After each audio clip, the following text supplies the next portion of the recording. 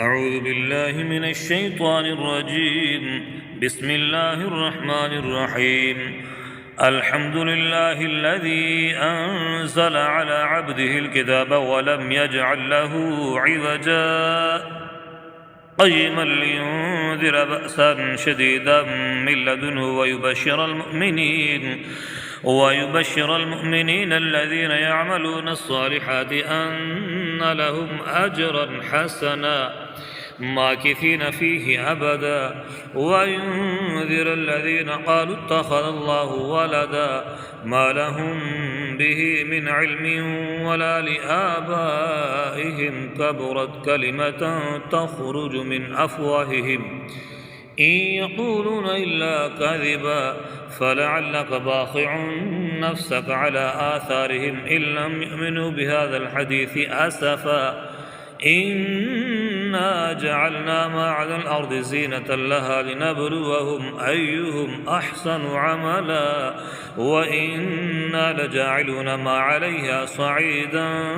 جرزا أم حسبت أن أصحاب الكهف والرقيم كانوا من آياتنا عجبا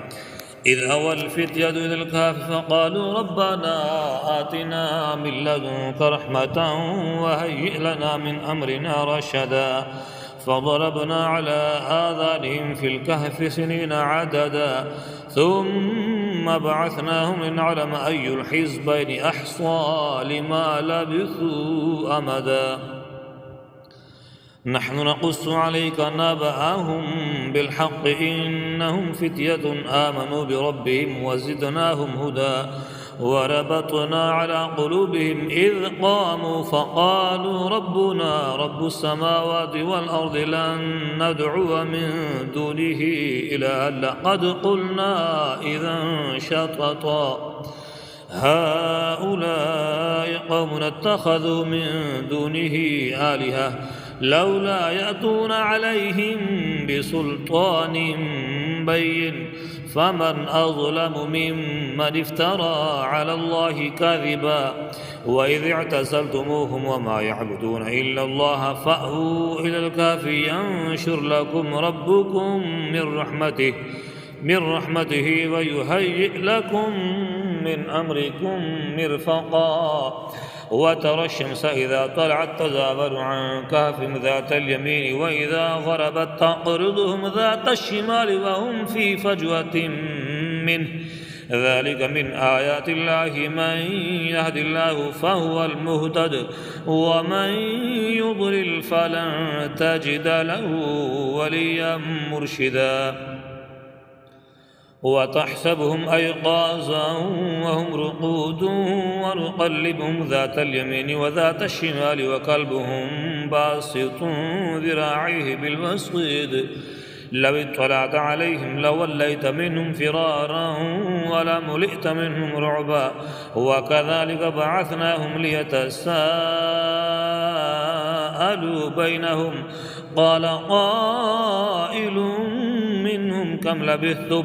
قالوا لبثنا يوما أو بعض يوم قالوا ربكم أعلم بما لبثتم فابعثوا أحدكم بورقكم هذه إلى المدينة فلينظر أيها أزكى طعاما فليأتكم برزق منه وليتلطف ولا يشعرن بكم أحدا إنهم إن يظهروا عليكم يرجموكم أو يعيدوكم في ملتهم ولن تفلحوا إذا أبدا وكذلك أعثرنا عليهم ليعلموا أن وعد الله حق وأن الساعة لا ريب فيها إذ يتنازعون بينهم أمرهم فقالوا بنوا عليهم بنيانا ربهم أعلم بهم قال الذين غلبوا على أمرهم لنتخذن عليهم مسجدا سيقولون ثلاثة رابعهم كلبهم ويقولون خمسة سادسهم كلبهم رجما بالغيب ويقولون سبعة وثامنهم كلبهم قل ربي أعلم بعدتهم ما يعلمهم إلا قليل فلا تمار فيهم إلا مراء ظاهرا ولا تستفت فيهم منهم أحدا ولا تقولن لشيء إني فاعل ذلك غدا إلا أن يشاء الله واذكر ربك إذا نسيت وقل عسى أن يهديني ربي لأقرب من هذا رشدا ولبثوا في كهفهم 300 سنين وازدادوا 9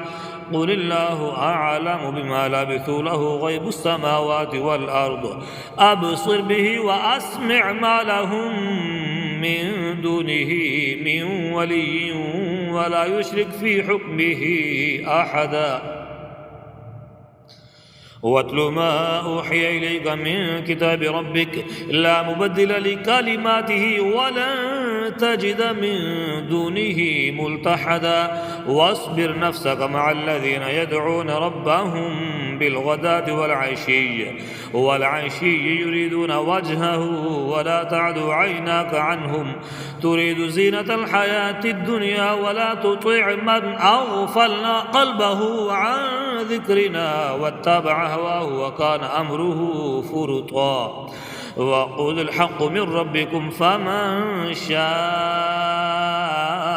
فليؤمن ومن شاء فليكفر إنا أعتدنا للظالمين نارا أحاط بهم سرادقها وإن يستغيثوا يغاثوا بماء كالمهل يشوي الوجوه بئس الشراب وساءت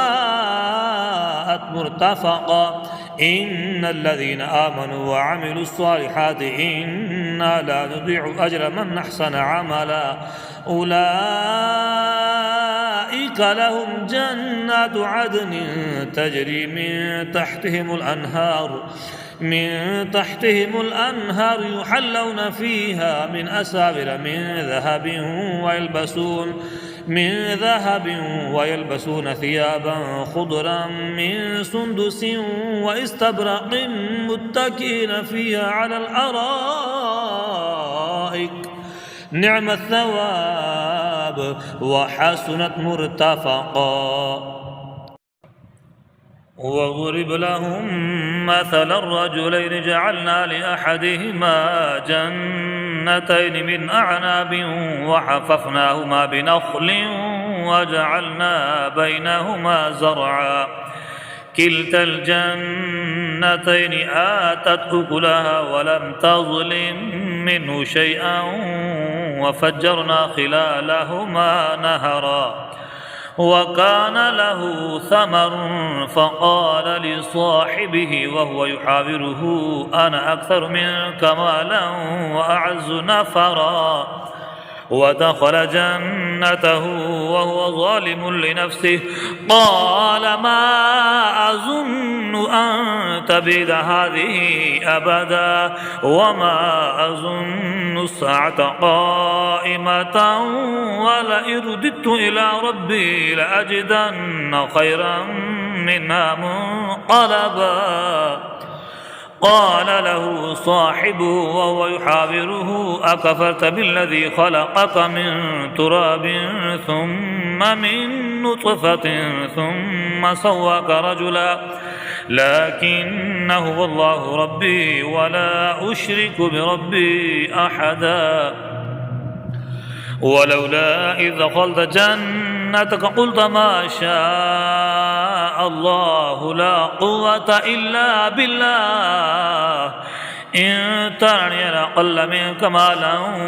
وولدا فعسى ربي أن يؤتيني خيرا من جنتك ويرسل عليها حسبانا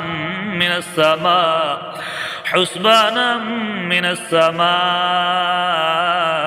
فتصبح سعيدا زلقا أو يصبح ماؤها غورا فلن تستطيع له طلبا وأحيط بثمره فأصبح يقلب كفيه على ما أنفق فيها على ما أنفق فيها وهي خاوية على عروشها ويقول يا ليتني لم أشرك بربي أحدا ولم تكن له فئة ينصرونه من دون الله وما كان منتصرا هنالك الولاية لله الحق هو خير ثوابا وخير عقبا واضرب لهم مثل الحياة الدنيا كماء إن أنزلناه من السماء فاختلط به نبات الأرض فأصبح هشيما تذروه الرياح وكان الله على كل شيء مقتدرا المال والبنون زينة الحياة الدنيا والباقيات الصالحات خير عند ربك ثوابا وخير أملا ويوم نسير الجبال وترى الأرض بارزة وحشرناهم فلم نغادر منهم أحدا وعرضوا على ربك صفا لقد جئتمونا كما خلقناكم أول مرة بل زعمتم أن لن نجعل لكم موعدا ووضع الكتاب فترى المجرمين مشفقين مما فيه ويقولون يا ويلتنا ما لهذا الكتاب لا يغادر صغيرة ولا كبيرة إلا أحصاها ووجدوا ما عملوا حاضرا ولا يظلم ربك أحدا وإذ قلنا للملائكة اسجدوا لآدم فسجدوا إلا إبليس كان من الجن ففسق عن أمر ربه أفتتخذونه وذريته أولياء من دوني وهم لكم عدو بئس للظالمين بدلا ما أشهدتهم خلق السماوات والأرض ولا خلق أنفسهم وما كنت متخذ المضلين عضدا ويوم يقول نادوا شركائي الذين زعمتم فدعوهم فلم يستجيبوا لهم وجعلنا بينهم موبقا ورأى المجرمون النار فظنوا أنهم مواقعوها ولم يجدوا عنها مصرفا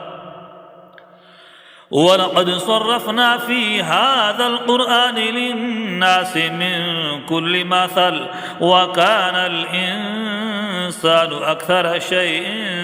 جدلا وما منع الناس أن يؤمنوا إذ جاءهم الهدى ويستغفروا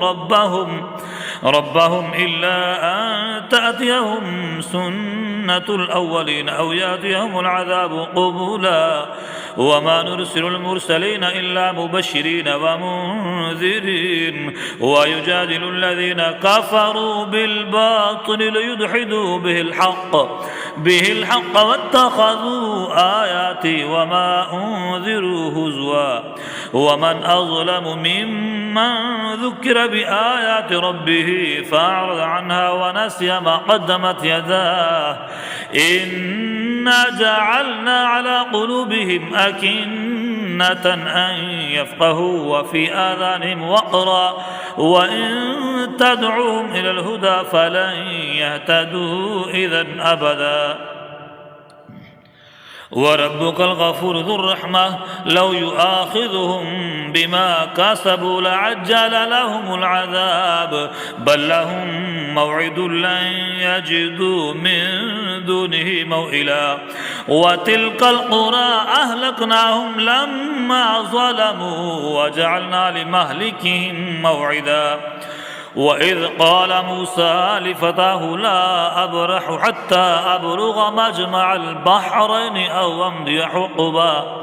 فلما بلغا مجمع بينهما نسيا حوتهما فاتخذ سبيله في البحر سربا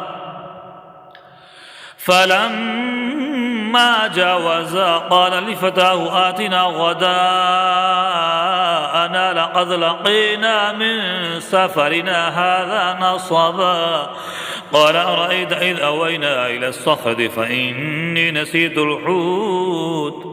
وما أنسانيه إلا الشيطان أن أذكره واتخذ سبيله في البحر عجبا قال ذلك ما كنا نبغي فارتد على آثارهما قصصا فوجدا عبدا من عبادنا آتيناه رحمة من عندنا وعلمناه من لدنا علما قال له موسى هل أتبعك على أن تعلمني مما علمت رشدا قال إنك لن تستطيع معي صبرا وكيف تصبر على ما لم تحط به خبرا قال ستجدني إن شاء الله صابرا ولا أعصي لك أمرا قال فإن اتبعتني فلا تسألني عن شيء حتى أحدث لك منه ذكرا فانطلقا حتى إذا ركبا في السفينة خرقها قال أخرقتها لتغرقها لا لقد جئت شيئا إمرا قال ألم أقل إنك لن تستطيع معي صبرا قال لا تؤاخذني بما نسيت ولا ترهقني من أمري عسرا فانطلقا حتى إذا لقيا غلاما فقتله قال أقتلت نفسا زكية بغير نفس لقد جئت شيئا نكرا قال ألم أقل لك إنك لن تستطيع معي صبرا قال إن سألتك عن شيء بعدها فلا تصاحبني قد بلغت من لدني عذرا فانطلقا حتى إذا أتيا أهل قرية استطعما أهلها فأبوا أن يضيفوهما فوجدا فيها جدارا يريد أن ينقض فأقامه قال لو شئت لاتخذت عليه أجرا قال هذا فراق بيني وبينك سأنبئك بتأويل ما لم تستطع عليه صبرا أما السفينة فكانت لمساكين يعملون في البحر فأردت أن أعيبها وكان وراءهم ملك يأخذ كل سفينة غصبا وأما الغلام فكان أبواه مؤمنين فخشينا أن يرهقهما طغيانا وكفرا فأردنا أن يبدلهما ربهما خيرا منه زكاة وأقرب رحما وأما الجدار فكان لغلامين يتيمين في المدينة وكان تحته كنز لهما وكان أبوهما صالحا فأراد ربك أن يبلغا أشدهما ويستخرجا كنزهما رحمة من ربك وما فعلته عن أمري ذلك تأويل ما لم تسطع عليه صبرا ويسألونك عن ذي القرنين قل سأتلو عليكم منه ذكرا إنا مكنا له في الأرض وآتيناه من كل شيء سببا فأتبع سببا حتى إذا بلغ مغرب الشمس وجدها تغرب في عين حمئة ووجد عندها قوما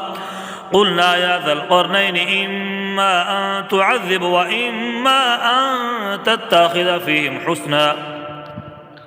قال أما من ظلم فسوف نعذبه ثم يرد إلى ربه فيعذبه عذابا نكرا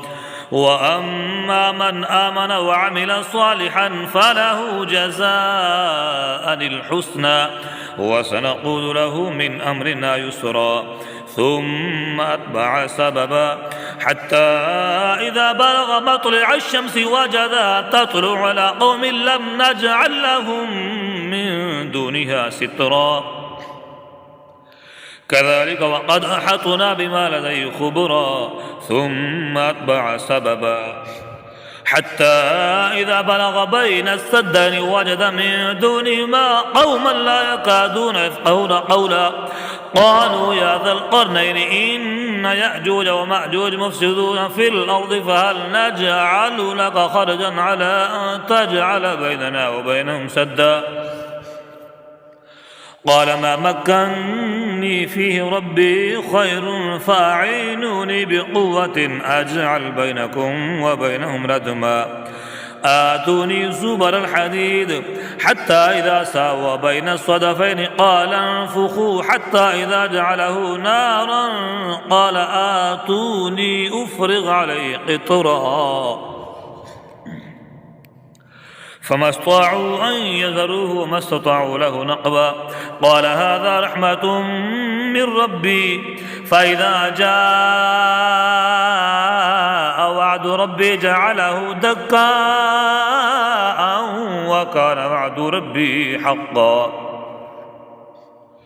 وتركنا بعضهم يومئذ يموج في بعض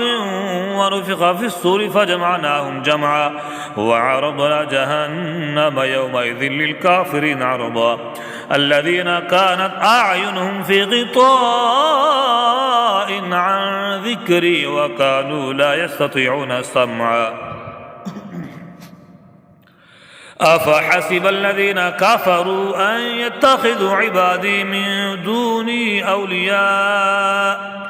إنا أعتدنا جهنم للكافرين نزلا قل هل ننبئكم بالأخسرين أعمالا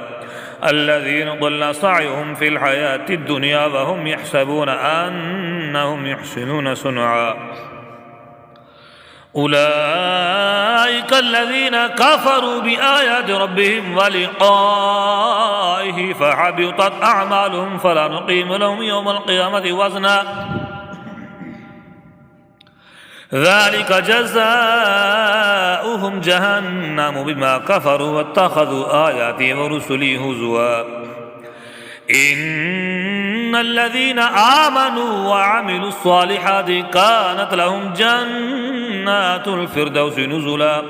خالدين فيها لا يبغون عنها حولا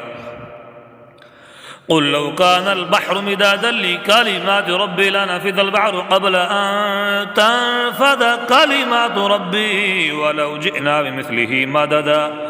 قل إنما أنا بشر مثلكم يوحى إلي أنما إلهكم إله واحد فمن كان يرجو لقاء ربه فليعمل عملا صالحا ولا يشرك بعبادة ربه أحدا صدق الله العظيم.